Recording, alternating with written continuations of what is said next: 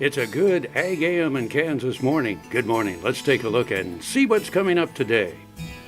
First, Tori Dickinson talks about the challenges of growing corn next to the Neosho River. Next, Walt Fick, K-State Extension Rangeland Management Specialist, discusses options for grazing systems.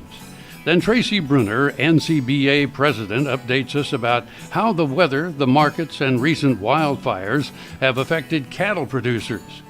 And David Blasi from Pratt County talks about his wheat. We'll end with Dr. Chris Wilhite and Dr. Karl Frees at Equifest. Closed captioning brought to you by Ag Promo Source. Together we grow. Learn more at agpromosource.com.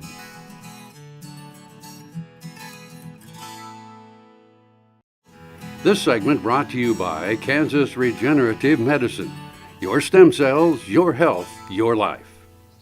Hello, my name is Tori Dickinson. I farm in Oswego, Kansas along the Neosho River. I farm about 2,500 acres. 1,000 of it is on the river bottom. This year we took on this new farm. It's 140 acres and it used to be in native grass. The people that recently purchased it, they came in, they burned it down, they asked us if we would farm it. One of the selling points that they liked was the fact that I use 20-inch rows, and I'm one of the few farmers in this area. Most farmers are still in 30-inch rows. And this year it's going to be a challenge because, first of all, the river's always a challenge. The rivers came out once. It got over probably about 10 acres of this ground. I have in the past had the river completely engulf all my ground, and that's a big challenge. The other challenge is the fact that with all this being native grass at one time, the grass is going to keep growing because it's really hard to kill the rhizomes. There's all kinds of rhizomes here from the blue stem, and they're going to keep resprouting just like Johnson grass does. Another challenge is the fact that because this was in prairie hay or prairie grass before, there's wireworms that could possibly be in the ground. Cutworms may be an issue. The seed that I planted this year, I planted some Pioneer and I planted some New Tech on this farm. And it was all treated for cutworms, but wireworms is one insect that you don't treat your seed for. Wireworms are a challenge this year because we didn't get this ground until middle of March, and normally we have all of our ground worked and we have the anhydrous on, we have our dry fertilizer on, but this year we didn't get it until after the fact, and we still had to work the ground, which was a challenge because this ground really, in my opinion, needed to be deep ripped, and we weren't able to do that in the short time frame we had. So we've got the corn planted. We planted 32,500 and we fertilized it. We would love to have a 200 bushel yield, but if we get 150, 175, I'll be satisfied. But anything over 200, I'd be ecstatic. You know, this is really a fun farm. This is new. The challenge is going to be the weed pressure, the insect pressure from the wireworms. That is something that needed to be treated in the soil 2 weeks prior to planting. And this year we didn't have that option. Next year when we come out here, we'll plant corn again, and wireworms is something that we will treat for.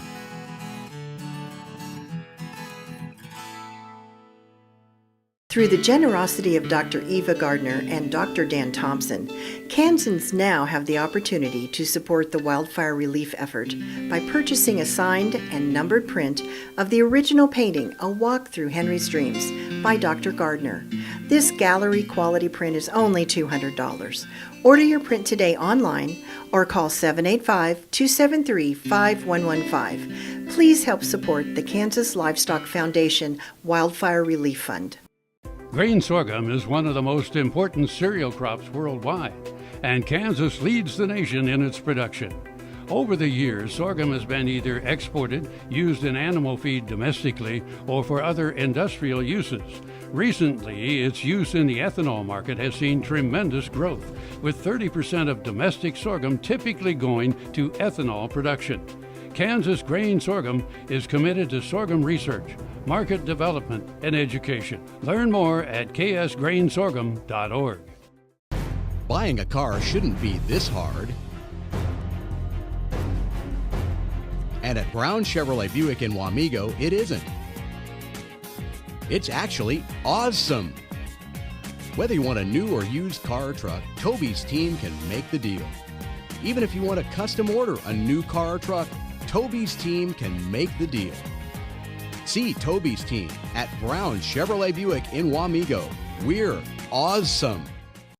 Valley Vet Supply is devoted to providing information and professional quality products at reasonable prices. Valley Vet Supply.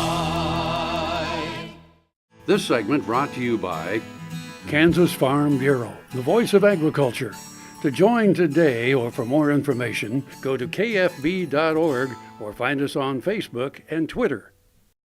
I'm Walt Fick. I'm an Extension Rangeland Management Specialist here at Kansas State University, housed here in Manhattan. Today I wanted to visit with you a little bit about, as we start into the grazing season, maybe the various options producers have in terms of different grazing systems they might use. You know, one of the older systems is simply what we call either continuous or season-long grazing. You know, so they may start putting animals out around first or middle of May, depending on what part of the state, and then they just leave them out there in an individual pasture for the grazing season, which for a cow-calf producer, that might be to the end of October, you know, maybe 6 months of grazing. A stocker producer that's going to run season-long, maybe 5 months, let's say May 1 to September 30th would be common. But there are many other systems.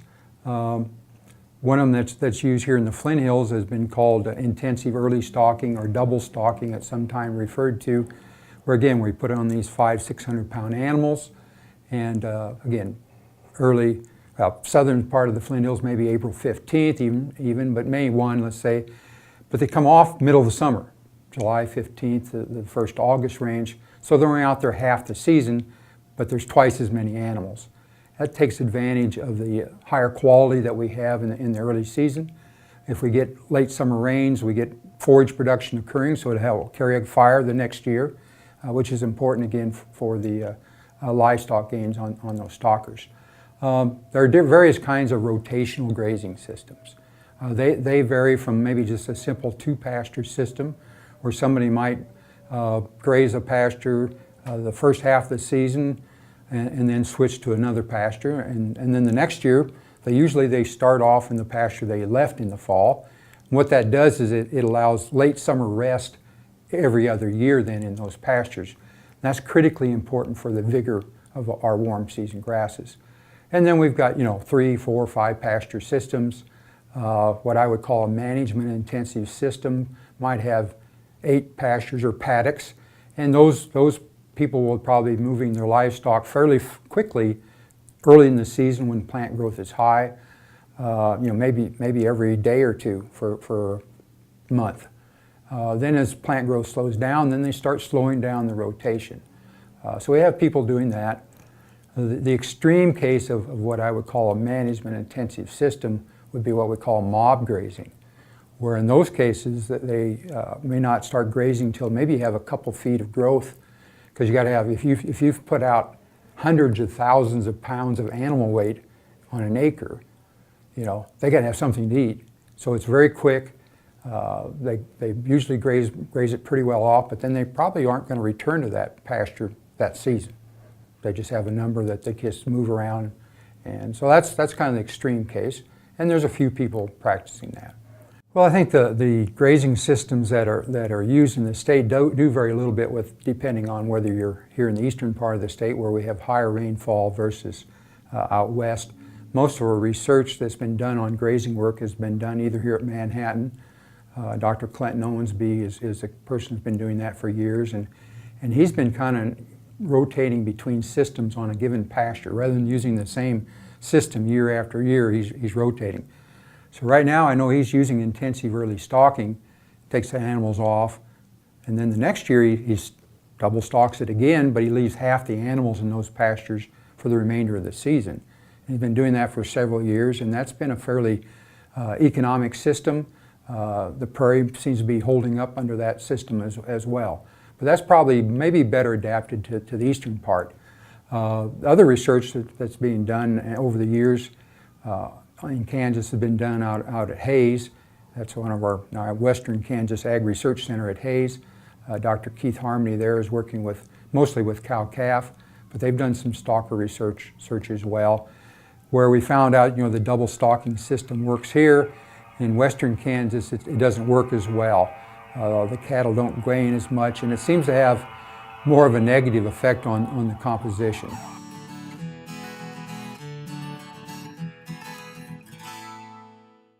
Hey there folks, I'm Dr. Dan from Doc Talk. On behalf of myself and the staff at Drovers, I'd like to invite you to our Cow-Calf Cowboy College in West Des Moines, Iowa on June 20th and 21st. We're going to have speakers such as Mike Apley, Tom Knopfsinger, Chris Reinhardt, and Mr. Dave Nichols from Nichols Angus Farm. For registration, please visit droverscowboycollege.com or call us at 1-877-482-7203. I hope to see you all there. Next time you see a beautiful field of corn, reach out and thank the farmers who work tirelessly to raise corn for livestock feed, renewable fuels, and exports to feed a growing world population. The farmers on the Kansas Corn Commission work for Kansas Corn with grower-funded checkoff dollars that support foreign and domestic market development, research, promotion, and education to expand opportunities for Kansas farmers. To learn more, visit kscorn.com. Here's another gardening tip with Annette Jackson from Jackson's Greenhouse. If you don't have a garden, you can still enjoy fresh vegetables by growing them in containers. Let Jackson's help you select the correct plants for your pots, use Fertilome's Ultimate Potting Mix, place pots in the sun and feed them weekly with Fertilome's water-soluble fertilizer. Water thoroughly when dry and watch your garden grow. Our vegetable plants are homegrown, healthy, and ready to grow. Jackson's Greenhouse has what you need today. This segment brought to you by Heinen Brothers Ag, farmers helping farmers by offering quality aerial and ground application, fertilizer, ag chemicals, and anhydrous ammonia. Call today to protect your crop yield. Hi, I'm Tracy Brunner, 2016 President of National Cattlemen's Beef Association. I'm from Ramona, Kansas. That's a small farming and ranching community in the western Flint Hills. I'd like to tell you just a little bit about, or talk a little about our spring weather. As always, the weather is a challenge for cattlemen, but even more so in the past month or two. We've been extremely dry, we've been challenged by wildfires. Wind has been extreme and the topsoil has dried out. It has created many wildfires, some of those in the southern part of the state, the largest on record, burning from upwards of 300,000 acres of farm and ranch and pasture land, devastating to those ranchers that were affected. Loss of livestock and property is enormous. And if you're so inclined, the Kansas Livestock Association's Kansas Livestock Foundation, the nonprofit benevolent arm of KLA, is accepting donations and will coordinate those donations to wildfire relief efforts for the ranchers. Very briefly, a couple of other things that are always on our mind. Markets, cattle market has not been as good lately, and so when you hear cattlemen gather and visit, they'll likely include the market as well as the weather and something that's on their mind. So we have had beneficial rains over the majority of the state here in the last week, and I would have to say that attitudes are sure looking up. Everyone is invigorated by seeing the spring crops going in the ground and the green grass starting to emerge. So looks like we should have another good year in Kansas.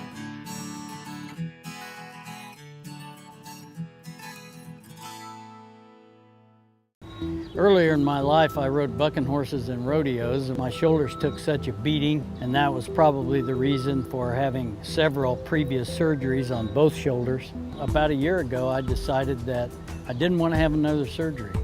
And so I contacted Kansas Regenerative Medicine, took their treatment process. It was relatively pain-free. Now, after 8 months, my shoulders have healed to the point where I think I'm probably 90 to 95% of normal.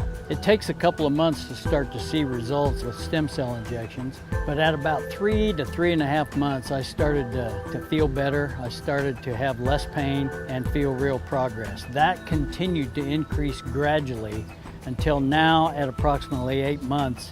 And I'm extremely pleased. I've got full range of motion. I can lift weights, I can throw, I can do a lot of things that I couldn't do without a lot of pain previously. Soil is the life of a farm, and for 25 years, SureCrop Liquid Crop Nutrition has helped growers produce abundant quality crops while preserving and improving the soils they steward. SureCrop offers complete soil and plant analysis with cropping recommendations, delivery direct to your on-farm storage, and quality crop nutrition custom blended for your field. Choose SureCrop for the assurance of excellence for your soil. Call today or visit their website for more information. Heinen Brothers, a fourth-generation Northeast Kansas farm family, knows how tough farming can be.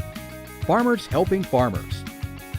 Heinen Brothers Ag, selling and servicing crop protection products, fertilizer, anhydrous ammonia, cover crops, quality aerial and ground application.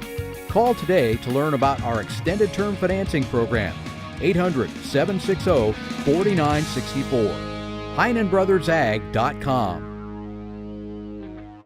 AGam in Kansas, brought to you in part by Kansas Corn. Learn more at kscorn.com.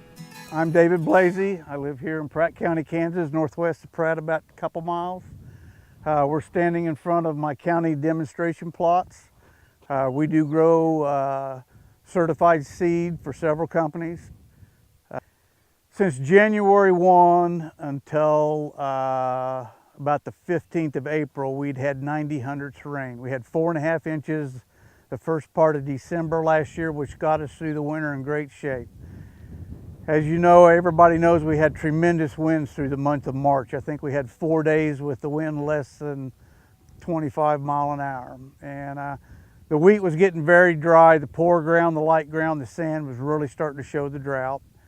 The heavy ground, the rains came just in time. Since then, we've had over 5.5 inches of rain. It's very wet out right now. We did apply fungicides to our wheat. The stripe rust and leaf rust are on all the very susceptible varieties.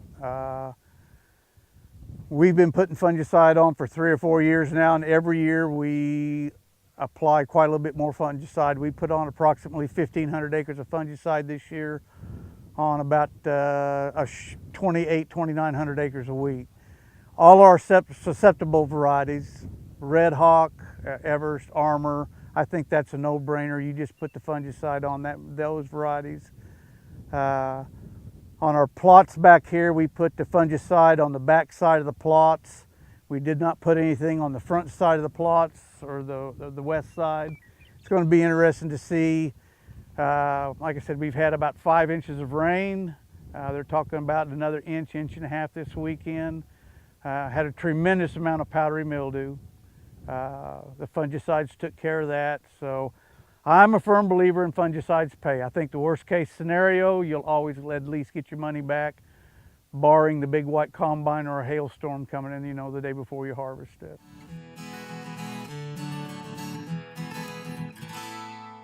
When your living depends on agriculture, you can depend on KFRM 550 AM.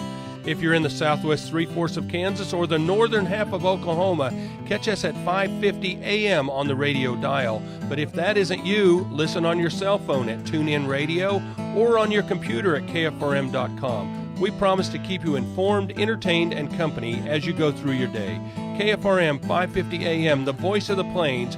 We would like to join your management team. Hello friends, I'm Ernie Rodina. And I'm Dawn Dawson with the Better Horses Radio Show. For over 9 years, we've been bringing the Better Horses Radio Show to markets all across the Midwest. We talk about God, lots about horses. We talk about cows, we talk about horse health, we talk to top trainers, and we even talk about Roy Rogers. We are having a blast with Better Horses Radio Show and would love to take it to a market near you. So visit our website at betterhorsesradio.com and let us or your local radio station know you'd like to hear it in your area. The Better Horses Radio Show is unbelievable. Kansas Farm Bureau, the voice of agriculture, represents grassroots agriculture. The state's largest and most powerful farm organization stands up for its members through leadership development, agriculture education, legal defense, environmental advocacy, farm safety, and risk management. Members also enjoy money-saving benefits. To join our organization today or to learn more, go to www.kfb.org or find us on Facebook and Twitter. AGam in Kansas is brought to you in part by Sure Crop, liquid crop nutrition delivered right to your farm. Good morning, friends. I'm Ernie Rodina with the Better Horses Radio Show, and welcome to AGam in Kansas, your horsing around segment. Having an unbelievable time at the 2016 Equifest of Kansas, and look who's here. These guys are rock stars when it comes to an equine hospital. We got Dr. Chris Wilhite, Dr. Karl Frees. Hey, what do you think of Equifest? Oh, Ernie, it's our first year being a part of it, and we're just so thrilled. We've had a great time. Well, you know, I'm glad you're here. Let's talk a little bit about your services you have in Pleasant and Peculiar, Missouri. Right. Unbelievable hospital, referral hospital, and you have your own clinic there. Let's talk a little bit about that. We've got a full-service hospital just southeast side of Kansas City. We go from the top to the bottom. We basically can do advanced surgeries and advanced medicine, but importantly, the most of our day is about taking care of the horse, doing good wellness care from the time that the foal hits the ground to the time they grow up, vaccines, dentistry, whatever they need. We're there to provide it.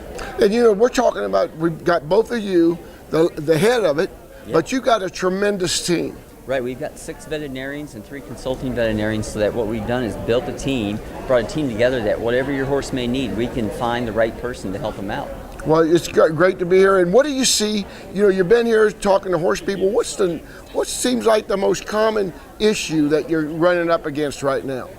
Well, you know, what I wouldn't call it an issue, but what it is that horses are living longer. You know, better veterinary care, better feeds, and they're living longer. So what we're doing is getting used to taking care of the geriatric horse, the older horse, have you ever them active and healthy. Have you ever seen so many people so hungry for equine knowledge as this group here? Oh yeah, I mean it's wonderful. Wonderful. It's really good, but you know, you got a tremendous place. You know, you just offer tremendous service and everything else, and like that, I'd urge folks to check it out at the Wilhite and Frees Equine Hospital. You know, this clinic, Wilhite and Frees Equine, is just such a full-service hospital, and you know, we get Dr. Karl Frees on the show a lot. What an honor it is to get Dr. Chris Wilhite, the other partner of the deal. Chris, so great to have you here. Glad to be here. Glad to be here, Ernie.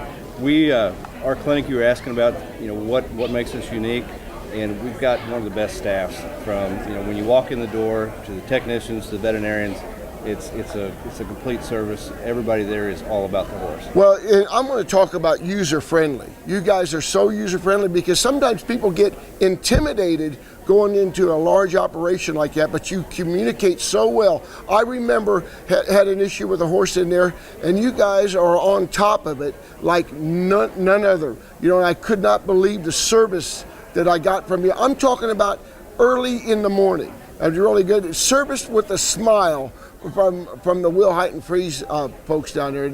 I'll never forget that. There are a lot of good veterinary choices around. A big part of it, though, is service and compassion, and you've got to offer that. You can't fake it. And so, you know, we've got a team put together that absolutely delivers that. And you know, you've got a lot of neat type of different medicines. I mean, you have the general, you know, surgery, the general medicine, and everything else, but you have folks specializing in chiropractic, stuff like that. Let's talk a little bit about that. Right. We've got general practitioners. We've got reproduction, dentistry, wellness, surgery.